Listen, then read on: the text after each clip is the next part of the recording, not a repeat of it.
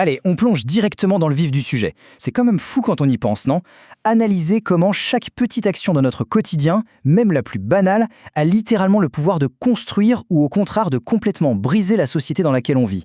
On a tendance à sous-estimer l'impact d'un simple geste. Vous savez, une porte retenue pour quelqu'un ou juste un petit mot glissé dans la rue. Et pourtant, le tissu social, c'est pas une espèce d'entité magique qui flotte dans l'air et qui existe par elle-même. Pas du tout.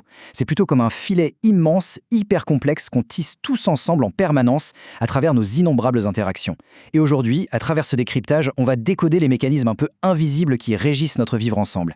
L'idée, c'est de disséquer un truc qu'on voit tous les jours pour bien comprendre la différence fondamentale, et d'ailleurs très souvent mal comprise, entre les incivilités d'un côté et l'incivisme de l'autre.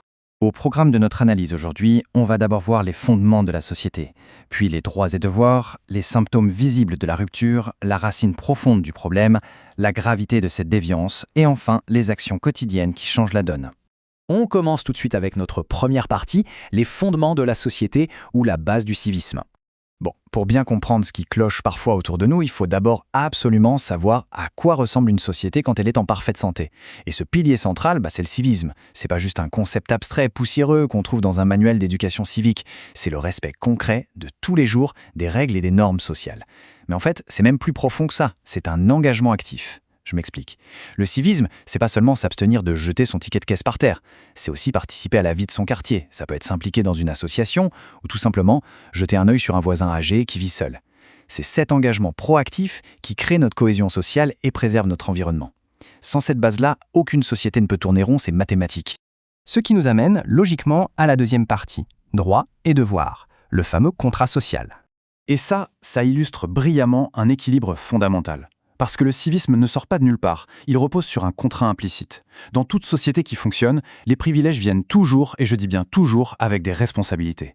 D'un côté, on a nos droits fondamentaux, l'éducation, la santé quand on a un coup dur, la liberté d'expression, bref, tout ce qui nous permet de nous épanouir. Mais de l'autre côté, en face, pour que la balance tienne le coup, on a des devoirs. Respecter la loi, c'est le strict minimum. Mais il y a aussi voter ou adopter des comportements écolos. Prenez le tri des déchets par exemple. C'est un tout petit effort individuel, mais c'est un devoir qui déclenche une réaction en chaîne gigantesque pour protéger notre environnement commun. Si on empile tout sur le plateau des droits et qu'on oublie celui des devoirs, c'est tout le filet social qui se tend et qui risque de craquer.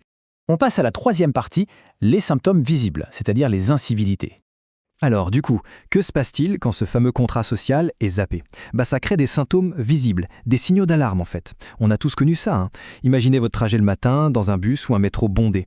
Vous avez besoin d'un peu de calme avant le boulot, et là d'un coup, quelqu'un met sa conversation téléphonique sur haut-parleur au volume max, pour tout le wagon. C'est pas juste du bruit, c'est une vraie friction immédiate, une invasion de notre espace mental à tous. Ça, c'est une incivilité observable, c'est un acte ponctuel, et on en a plein des exemples. Une impolitesse glaciale envers un caissier, une insulte balancée au volant, ou un banc tout neuf vandalisé par un graffiti.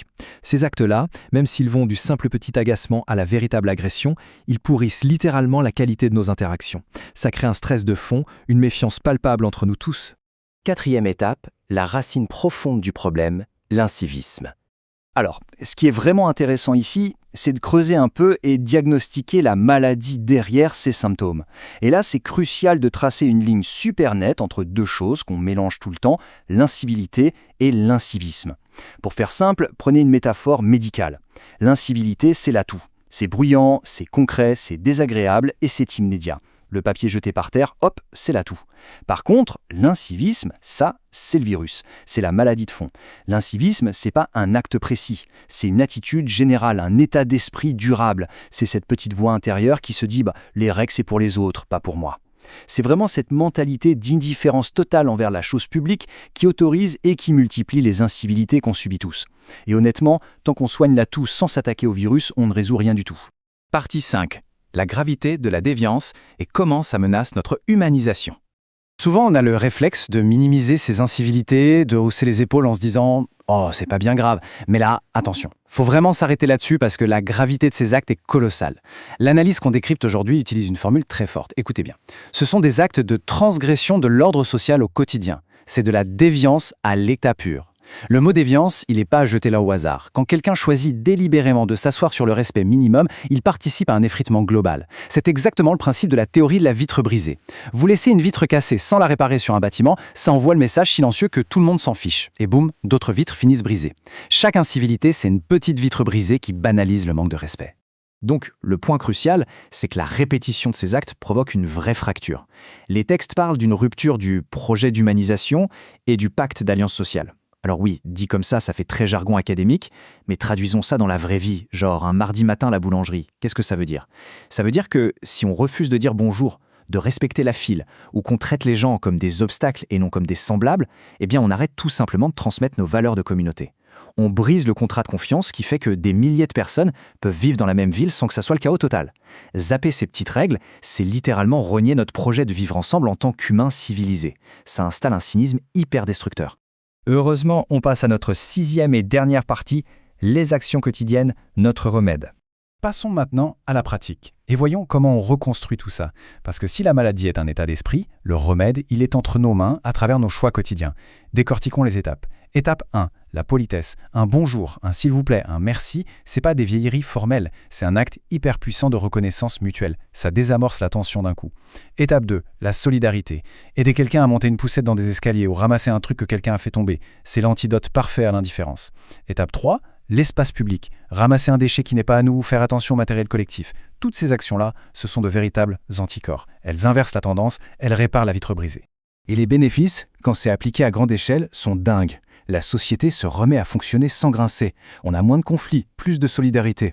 Mais il y a un point crucial qu'on oublie souvent. Le civisme, ça favorise énormément l'égalité des chances. Pourquoi?